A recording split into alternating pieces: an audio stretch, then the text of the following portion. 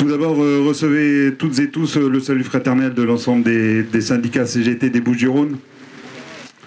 Donc, nous sommes une fois de plus tous réunis pour soutenir nos camarades convoqués devant la justice. Nous ne nous étendrons pas sur les prétextes fallacieux pour lesquels ils ont été présentés devant cette cour. Nous ne sommes pas dupes. La réelle raison de leur présence ici est le fruit de leur engagement militant pour combattre une réforme injuste et injustifiée concernant les retraites de tous les travailleurs.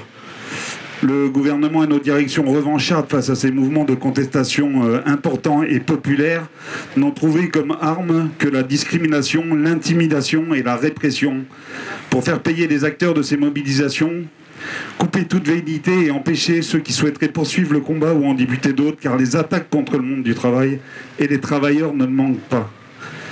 C'est pour cela qu'il est important de montrer, comme nous le faisons toutes et tous aujourd'hui, notre solidarité pleine et entière à l'attention de nos camarades. Comme nous devrons le démontrer également pour tous les camarades de l'énergie prochainement convoqués, comme nous le démontrerons pour nos camarades AED convoqués le mois prochain ici même, pour des prétextes aussi ridicules et similaires à ceux qui nous réunissent aujourd'hui.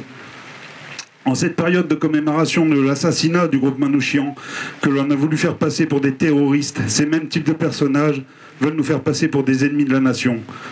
Nous sommes tout le contraire. Nous sommes là pour la justice sociale règne, pour que chaque travailleuse et travailleur puisse vivre dignement de son travail, puisse jouir en toute quiétude avec sa famille de ses moments de loisirs, et enfin puisse partir à la retraite en bonne santé et encore de bons moments à passer. Alors oui, nous sommes en guerre contre le capital et la bourgeoisie qui aujourd'hui dirigent les institutions, les médias et les outils de communication de masse. En guerre dans l'intérêt de tous les travailleurs. Mais nous ne prenons pas les armes, nous prenons uniquement en main nos outils de travail. Ils nous appartiennent, sans nous ils ne servent à rien. Sans nous, pas de production de richesse. Et c'est bien de cela qu'il s'agit. C'est bien cela qui leur pose problème. Ils ne veulent nous imposer leur réforme à coup de 49.3 sans y laisser des plumes. Et ils ne le supportent pas. Ils ne veulent le doigt sur la couture, sans tête qui dépasse, ce qui est bien entendu est incompatible avec la façon de faire de notre syndicat de classe et de masse.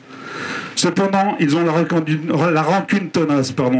Ils utilisent tout ce qui est à leur disposition pour ne pas perdre la face. Réprimer isolément certains camarades par le biais d'arrestations arbitraires. Mais l'isolement n'a pas sa place dans notre organisation. Lorsque l'on touche à un camarade de la CGT, on touche à toute la CGT. C'est ce que nous leur prouvons aujourd'hui, c'est ce que nous leur prouverons à chaque rassemblement et c'est ce que nous leur prouverons à chaque fois qu'un camarade se retrouvera dans cette situation. Mes camarades, l'heure n'est pas à la résignation. Nous pouvons être fiers de ce que nous avons accompli, sans oublier pour autant ce qu'il nous reste à accomplir. Ceux qui vivent sont ceux qui luttent, vivent les travailleurs en lutte et vivent la CGT.